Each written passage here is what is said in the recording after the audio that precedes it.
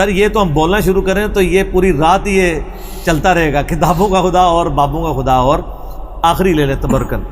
صحیح بخاری میں حدیث ہے کہ نبی علیہ السلام کی وفات ہوئی، سیدنا عمر نے تلوار اٹھا لی، جو شخص کہے گا کہ نبی علیہ السلام فوت ہو چکے ہیں میں اس کی گردن مار دوں۔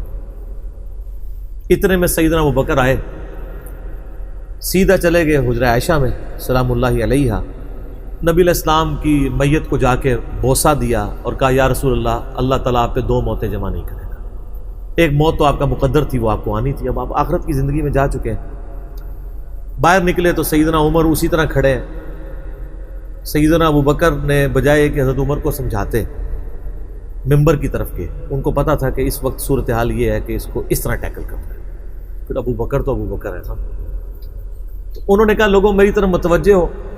صحابہ کہتے ہیں کہ حضرت ابوبکر کی رسپیکٹ لوگوں کی نظر میں حضرت عمر سے زیادہ تھی، پہلے وہ جھمگھٹا حضرت عمر کے نزدیک لگا ہوا تھا، لوگ حضرت عمر کو چھوڑ کے حضرت ابوبکر کی طرف متوجہ ہو گئے۔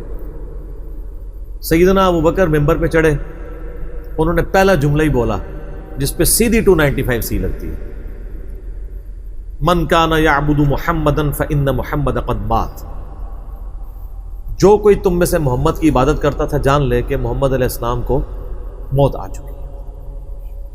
ومن کان یعبد اللہ فإن اللہ حی لا یموت، اور جو اللہ کی عبادت کرتا تھا جان لے کہ اللہ کو کبھی موت نہیں ہے، وہ ہمیشہ زندہ ہے۔ یہ پڑھنے کے بعد انہوں نے آیت پڑھی اپنی بات کی دلیل میں۔ یہ صحابہ کی سنت ہے کہ اپنی بات کی دلیل میں قرآن و حدیث پیش کرنا، آپ کے بزرگوں کا طریقہ ہے شعر و شاعری کرنا۔ پھر انہوں نے آیت پڑھی وما محمد الا رسول قد خلت من قبلہ الرسل افإن مات او قتل انقلبتم علی اعقابکم، محمد تو نہیں مگر ایک رسول، ان سے پہلے بھی کئی رسول گزرے ہیں، اگر یہ ان کو موت آ جائے یا یہ قتل ہو جائیں یا انڈیا پاکستان میں شہید ہو جائیں، کیونکہ وہ ترجمہ وہ قتل کا نہیں قتل کرنے دیتے، تو کیا تم دین سے الٹے قدم پھر جاؤ گے؟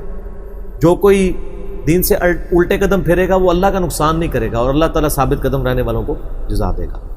پھر اگلی آیت پڑھی سورہ الزمر سے، یہ تو سورہ آل عمران 144 تھی، سورہ الزمر آیت نمبر 30 پڑھی انک میت وانہم میتون، اے نبی تمہیں بھی مرنا ہے اور تمہارے مخالفین کو، پھر قیامت دن اللہ تعالیٰ تمہارے درمیان فیصلہ فرمائے گا، وہاں تم اللہ کے حضور جھگڑو گے۔ یہ دو آیات پڑھی اور آپ علیہ السلام کی وفات کی اناؤنسمنٹ کرتے۔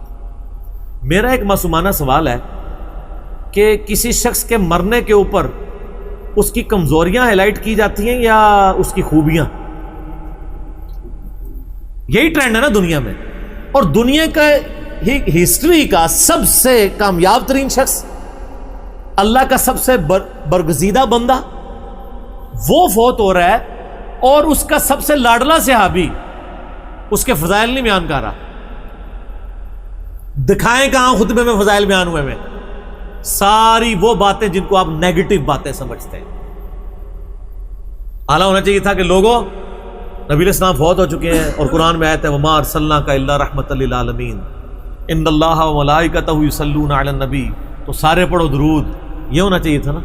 یہ کہتے ہیں ڈھونڈ کے نبی دیاں خامیاں لب دینے، اور ظالموں کیا قرآن میں کوئی نبی کی خامی ہے؟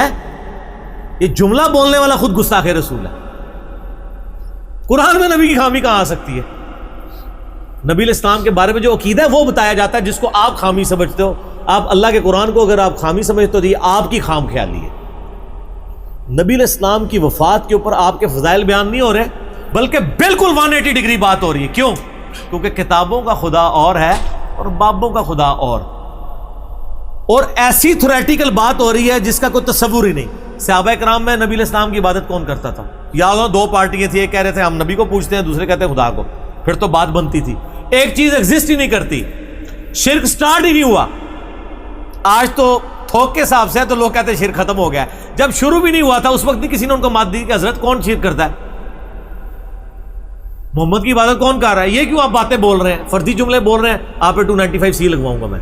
کسی نے نہیں کہا فرضی جملہ نا کہ جو محمد کی بات کرتا تھا جان لے محمد مر چکے ہیں، یا انڈیا پاکستان میں ترجمہ محمد علیہ السلام وصال شریف فرما گئے، کیونکہ وہاں تو ہے نا فإن محمد قد مات، تو کھڑے ہو کر یار تو انڈی بھی سمجھ نہیں کون کرتا ہے بھی عبادت، کولو کہانیاں کرا رہے ہیں۔ لیکن انسانیت نے ایک بہت بڑا رزق لیا ہوا ہے۔ نبی علیہ السلام سے پہلے بھی ایک بہت برگزیدہ ہستی گزری ہے، آج دنیا میں سب سے بڑا شرک اس کے نام پہ ہے. کون؟ عیسیٰ ابن مریم. آپ علیہ السلام نے دوسرا عیسیٰ ابن مریم بن جانا تھا اگر آپ نے اتنی سخت تعلیمات نہ صحابہ کو دی ہوتی. ظاہر ہے جن صحابہ کے سامنے تھا کہ جامعہ ترمذی میں حدیث ہے، انس ابن مالک کہتے ہیں ایک شخص ہم میں آتا تھا اور ہم اس کے استقبال کے لیے کھڑے نہیں ہوتے تھے، حالانکہ ہم اسے سب سے بڑھ کے محبوب سمجھتے تھے اپنے لیے، اور وہ محمد رسول اللہ تھے، کیونکہ ہم سمجھتے تھے کہ آپ صلی اللہ علیہ وآلہ وسلم اس چیز کو برا مناتے ہیں. ان کے سامنے وہ حدیث تھی جامعہ ترمذی کی، جس شخص کی یہ خواہش ہو کہ لوگ اس کے استقبال میں کھڑے ہو جائیں یا اس کے سامنے کھڑے رہیں اس کے احترام میں، وہ اپنا مقام دوزخ میں دیکھ لیں.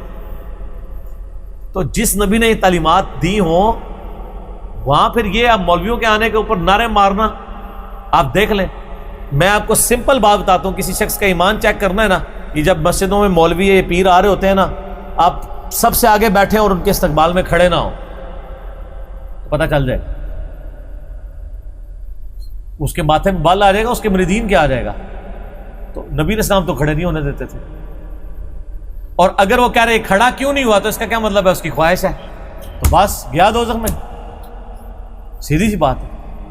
میں نے تو نہیں آج تک کسی کو دیکھا کہ وہ آگے اناؤنسمنٹ یہ کرے کہ جی آپ اناؤنسمنٹ کریں میرے استقبال کے لیے کھڑا نہیں ہوگا. یہ تو ضرور کہتے ہیں آپ کھڑے ہو کے دونوں ہاتھ اٹھا کے استقبال کریں، یہ ضرور ہوتا ہے. تو یہ کتابوں کا خدا اور ہے.